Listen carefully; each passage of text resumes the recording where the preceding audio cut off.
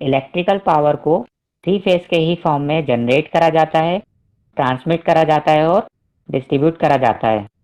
लेकिन जब हम डोमेस्टिक कंज्यूमर की बात करते हैं तो उनका काम सिंगल फेज से ही चल जाता है, क्योंकि उनकी लोड रिक्वायरमेंट ज़्यादा नहीं होती। इसके अलावा हर जगह थ्री फेज को ही ज़्यादा प्रेफर करा जाता है सिंगल फेज के मुकाबले, क्योंकि थ्री फेज मशीन्स ज़्यादा इफ़िशिएंट होती हैं। पर आप जानते हैं ऐसा क्यों होता है? तो चलिए one by one single phase system, double phase system और थ्री फेज सिस्टम को समझते हैं, जिससे आपको कंपैरिजन करके इनको समझने में और आसानी होगी। तो चलिए शुरू करते हैं सिंगल फेज सिस्टम से। मान लीजिए हमारे पास एक इलेक्ट्रिकल जनरेटर है सिंगल फेज, तो उसमें एक कॉइल हो गई। हम बिल्कुल सिंप्लीफाइड करके बता रहे हैं। यहाँ पे एक कंडक्टर जाता हुआ और पीछे से रिटर्न आता हुआ यह एक कंप्लीट लूप बनाता है।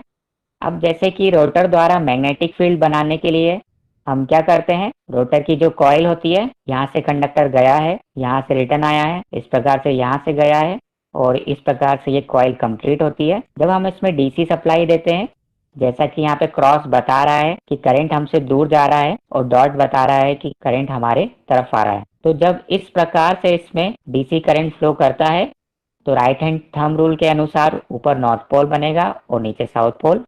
तो ये बना दी हमने मैग्नेटिक फील्ड रोटर की हेल्प से। अब जब हम इस रोटर को किसी एक्सटर्नल मीन्स से रोटेट करते हैं, जैसे कि स्टीम टरबाइन, तब क्या होता है, इस कॉइल में ईएमएफ इंड्यूस होता है और यह ईएमएफ साइनसोइडल होता है, जैसा कि हम इस वेव फॉर्म में देख सकते हैं। जब नॉर्थ पोल इस कंडक्टर से लिंक कर रहा है और साउथ पोल इस कंडक्टर से लिंक कर रहा है, तब इस कॉइल के अंदर मैक्सिमम पॉजिटिव वोल्टेज इंड्यूस हो रहा है या ईएमएफ इंड्यूस हो रहा है, यह हम देख सकते हैं। जब रोटर घूमकर इस पोजीशन में आ जाएगा तब क्या होगा, इस कॉइल के अंदर जो ईएमएफ इंड्यूस हो रहा होगा वो जीरो होगा, जैसा कि हम इधर वेव फॉर्म में देख सकते हैं। इसी प्रकार से रोटर घूमना कंटिन्यू करेगा, नेक्स्ट पोजीशन में आएगा। इस पोजीशन में भी ईएमएफ मैक्सिमम होगा, लेकिन इस बार ईएमएफ का डायरेक्शन चेंज हो चुका होगा। इस बार इस कंडक्टर में वोल्टेज का डायरेक्शन ये होगा, डॉट मतलब हमारी तरफ, और इस कंडक्टर में वोल्टेज का डायरेक्शन ये होगा, क्रॉस मतलब हमसे दूर की तरफ। तो इस प्रकार कंटिन्यूअस साइनसोइडल वोल्टेज प्रोड्यूस होगा। और जब हम इस कॉइल में किसी रेजिस्टिव लोड को कनेक्ट करेंगे, जैसे कि मान लीजिए एक बल्ब, तो उस लोड में से करंट फ्लो होगा। अब क्योंकि लोड रेजिस्टिव है तो करंट भी वोल्टेज के सेम फेज में होगा। यहाँ सेम फेज का मतलब यह है कि दोनों एक साथ जीरो होंगे, एक साथ पॉजिटिव मैक्सिमम होंगे, इसी तरीके से एक साथ नेगेटिव मैक्सिमम होंगे। अब जैसे कि हर एक इंस्टेंट पे हम पावर फाइंड कर सकते हैं वोल्टेज और करंट की वैल्यू का मल्टीप्लिकेशन कराकर, और जब हम पावर की वेव फॉर्म देखेंगे तो कुछ इस प्रकार होगी। इस मूवमेंट पे पावर मैक्सिमम होगी और यहाँ जब वोल्टेज और करंट दोनों ही जीरो हैं तो पावर जीरो होगी। इस मूवमेंट पे भी पावर मैक्सिमम डिलीवर हो रही होगी और अगेन इस मूवमेंट पे जीरो होगी।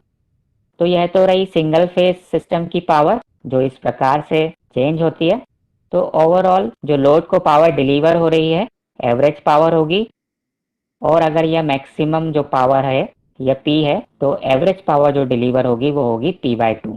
तो सिंगल फेज सिस्टम में लोड को जो पावर डिलीवर होती है वो मैक्सिमम पावर की आधी होती है, एवरेज पावर। अब हम इसी प्रकार से अगर डबल फेज सिस्टम को देखें, डबल फेज सिस्टम के लिए हमें क्या करना होगा, एक कॉइल को और इंट्रोड्यूस करना होगा, या हमने दूसरी कॉइल भी इंट्रोड्यूस कर दी।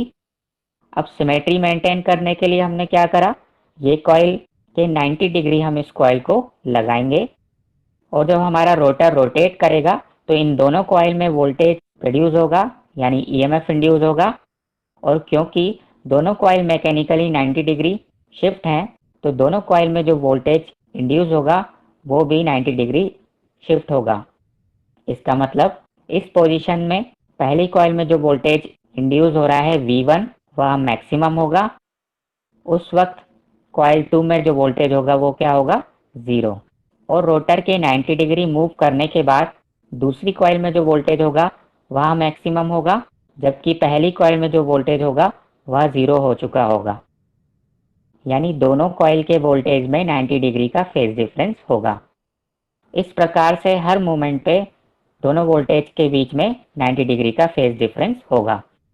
अब हम इन दोनों कॉइल में जब लोड को लगाएंगे मान लेते हैं दोनों में सेम लोड लगा रहे हैं और रेजिस्टिव लोड लगा रहे हैं, जैसे कि अगेन बल्ब। तो पहली कॉइल में भी एसी करंट फ्लो होगा और दूसरी कॉइल में भी एसी करंट फ्लो होगा। तो ये रहा पहली कॉइल का वोल्टेज और पहली कॉइल का करंट उसी के सेम फेस में, दोनों साथ में मैक्सिमम हो रहे हैं, दोनों साथ में नेगेटिव मैक्सिमम हो रहे हैं और ये ऐसा कंटिन्यू होता रहेगा।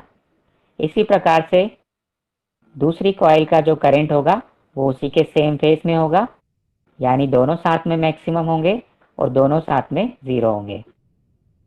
अब यहाँ पर दो फेस हैं, दोनों अपनी अपनी पावर डिलीवर कर रहे हैं। तो यह आ रही पहले फेस की पावर और यह आ रही दूसरे फेस की पावर। अब इस सिस्टम में पावर कितनी डिलीवर होगी? दोनों अपनी एवरेज पावर डिलीवर करेंगे P/2। इसका मतलब जो टोटल पावर डिलीवर होगी वो होगी P। तो सिंगल फेस के केस में एवरेज पावर डिलीवर हो रही थी P/2। टू फेस के केस में जो पावर डिलीवर हो रही है वो हो रही है P। और एक और इम्पॉर्टेंट बात, हर किसी इंस्टेंट पे जो पावर डिलीवर हो रही होगी इस सिस्टम में वो होगी P। यानी यहाँ पर हम देखें तो पहले फेज से मैक्सिमम पावर डिलीवर हो रही है, दूसरे से जीरो हो रही है, यहाँ पर P। थोड़ा सा ही आगे बढ़ेंगे, पहले फेज की पावर थोड़ी सी कम हुई लेकिन दूसरे फेज से पावर डिलीवर होना बढ़ गई, तो अगेन सम आएगा P। तो डबल फेज सिस्टम में किसी भी इंस्टेंट पे जो पावर डिलीवर हो रही होती है वह होती है P और एवरेज भी P ही हो जाएगी।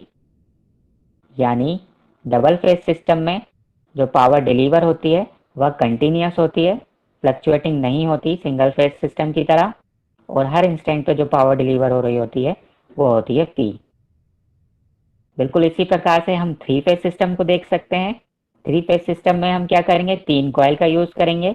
यह रही पहली कॉइल, दूसरी कॉइल को क्या कर दिया हमने, 120 डिग्री शिफ्ट कर दिया और तीसरी कॉइल को हमने क्या करा, उससे भी 120 डिग्री शिफ्ट कर दिया सिमेट्री को मेंटेन करने के लिए।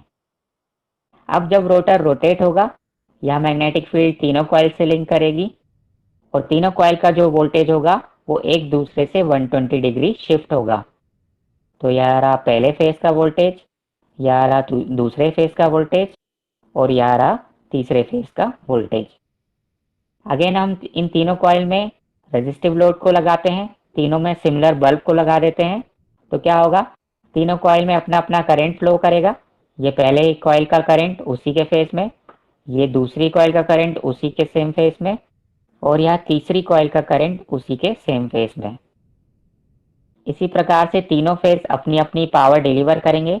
ये पहला फेज अपनी पावर डिलीवर कर रहा है, इसी प्रकार से यह दूसरा फेज अपनी पावर डिलीवर कर रहा है और इसी तरीके से यह तीसरा फेज या तीसरी कॉइल अपनी पावर डिलीवर कर रही है। अब इस सिस्टम में हम एवरेज पावर को देखेंगे। अगर हर phase P/2 average power deliver कर रहा है तो तीन फेज मिलाकर कितनी पावर डिलीवर करेंगे, 3P/2 यानी 1.5P। अगर हम इसे कंपेयर करें सिंगल फेज सिस्टम से तो ये 3 गुना है। तो यानी थ्री फेज सिस्टम में हम उतने ही समय में 3 गुना पावर को जनरेट कर पा रहे हैं और डिलीवर कर पा रहे हैं। तो यह रही एवरेज पावर जो कि होगी 1.5P। तो यानी अगर ये टोटल यहाँ तक P है तो उसमें आधा और जोड़ दो तो 1 + 0.5 ये हो गया P। और यह सिस्टम भी कंटिन्यूस पावर सिस्टम है, इसमें किसी भी इंस्टेंट पे हम तीनों फेज की पावर का सम करेंगे तो 1.5P ही आएगा। तो जैसा कि सिंगल फेज सिस्टम में जो मैक्सिमम पावर होती है वो P होती है, एवरेज पावर P/2 होती है और यह पावर कांस्टेंट भी नहीं होती, यह फ्लक्चुएट होती रहती है। इस इंस्टेंट पे जीरो हो जाती है और इस इंस्टेंट पे मैक्सिमम।